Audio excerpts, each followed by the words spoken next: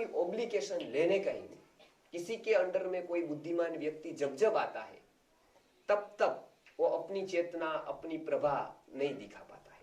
द्रोणाचार्य की प्रभा क्या थी महाभारत में, क्या उसकी प्रभा थी, क्या उनके प्रवचन थे, लेकिन एक बार उन्होंने कौरवों के अंडर में रहना शुरू कर दिया, जब वो एक आचार्य मिट कर राजकुमार कॉलेज के प्रिंसिपल बने, तब से वो तो आ गई। भौतिक साधन का तो लाइन लग गई, ढेर लग गया। भौतिक साधन सुविधा, प्रिंसिपल, उसका आभा, उसके पास नौकर चाकर सब आ गया, लेकिन वो आभा प्रभा थी ना, वो खो गई। और गुरुजी का पहला सिद्धांत ये रहा, जब बुद्धिमान व्यक्ति किसी की भी ऑब्लिगेशन ले, किसी के भी अंडर में रहे, तब वो सरकार के क्यों नहीं, कोई संस्था के क्यों नहीं, किसी भी की और रहे, यदि वो नौकर बने, तब वो अपनी प्रभा कभी नहीं दिखा पाएगा। इसके लिए वो स्वतंत्र ही रहना चाहिए, चाहे भूखा हो।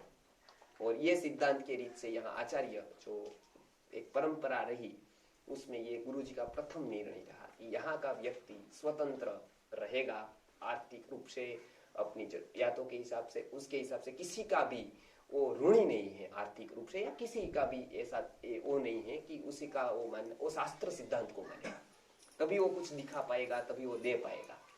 तो ये यहाँ की गुरुकुल की परंपरा के हिसाब से समाज को मार्गदर्शन मिले, उसको सिद्धांत मिले, इसके लिए कोई भी इंस्टीट्यूशन गवर्नमेंट के बिना, इंस्टीट्यूट के बिना, ये संस्था सेपरेट रूप से सभी को बहुजन हिताय बहुजन सुखाय ये संस्कार पहुंच पाए, इसके लिए कोई स्वार्थ के बिना ये कार्य कर रही है।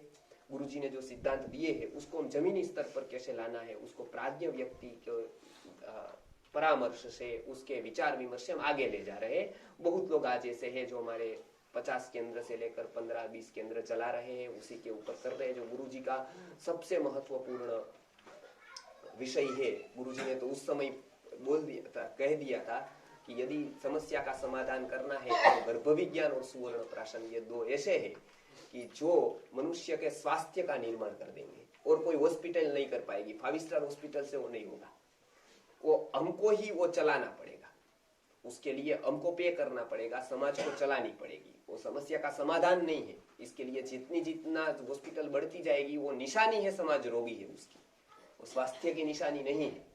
तो इसके लिए उनका चिंतन रहा और हरेक आयाम पर उनके समाधान हुए। और जो उन्होंने बात कही वो कभी भी ऐसा नहीं रहा कि कोई स्वार्थ से कही हो, एक भी बात में शंका करने जैसी हो। जो प्रयोग मिले उसका पूरा अपनी रीत से उन्होंने प्रयोग किए, जो जाना और अनुभव किया वही उन्होंने बताया। क्योंकि और कोई प्रभावित करके किसी के पास से कुछ चाहिए ही नहीं, तो उसके लिए कोई था ही नहीं कुछ चाहिए, कोई लेना, कुछ किसी के पास से कुछ लूट लेना, ऐसा कोई उसके मन में अंत तक विचार नहीं था। इसके लिए आज देखते हैं गुरुजी के प्रेरित होकर आज युवा लोग जा रहे हैं, तो हमेशा वो कुछ अपना गौशाला से कुछ ना कुछ आर्थिक माध्यम से कर रहे हैं, लेकिन एक सामान्य युवक में आज समाज की कितनी चिंता है।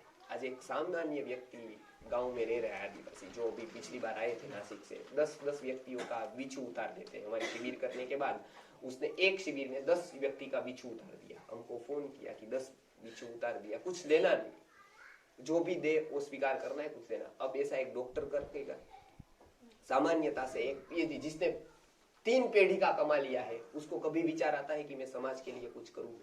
इसको 1 महीने की बैलेंस नहीं है उसके पास। कभी कभी तो ऐसा होता है कि जो हमारी संस्था से बैलेंस जाती है उसको फोन पे, जैसे 5-10 नंबर जो कार्यकर्ता को चाहिए कांटेक्ट करने के लिए, तो ये संस्था का एक विभाग है, वो बैलेंस ही देता है काम करने के लिए। वो कोई उपकार नहीं कर रहा है, लेकिन उसको संपर्क करना है तो वो कैसे करेगा? क्योंकि उसके पास जो शक्ति है वो व्यर्थ हो जा रही है। तो क्यों ऐसा? तो गुरुजी के तप के हिसाब से वो ऐसा व्यक्ति में चेतना जागृत होती है। ऐसा व्यक्ति सोचता है कि मैं क्या कर पाऊंगा दूसरे के लिए। तो हम भी आज इतना न सीखे, इतना तो हम कर पाएंगे, इतना सीखे, लेकिन कम से कम एक स्तर पर आए कि हम कम से कम अपनी संतति के बारे में सोचें। समाज तो बहुत दूर है, और यदि हो सकता है तो हमको समाज के लिए भी बहुत कुछ करना है, भगवान को केंद्र में रखते हुए, लेकिन हमको अपनी संतति के बारे में तो शुरुआत करनी है। एक ऐसी अच्छी हो, या तो हम वो लेवल पर है जो वानप्रस्थ है, तो ऐसा करना है कि अगली पीढ़ी, युवा पीढ़ी या वो प्रेरित हो और उनके यहाँ संतति आए। एक प्रयत्न किया गुरुजी ने बताया कि जो भी प्रयत्न करना है उन्हें मूल पे करो। हम वृक्ष को कहाँ खाद डालते हैं? फल अच्छे करने हैं, मधुर करने हैं, कहाँ जाते हैं? फल के पास। फल पे छिड़काव करते हैं। पत्ते हरे करने हैं, पत्ते पर पानी डालते हैं। फूल पे कहाँ डालते हैं? मूल पे। बराबर। मूल में डालने वाला कोई अज्ञान व्यक्ति आ गया सिटी में से, बहुत बड़े जगह पर आते हैं, जो वालकेश्वर मुंबई से आते हैं, ग्रुप अभी तो अच्छा है, लेकिन पहले के काल में तो इतने बंगले, इतना ये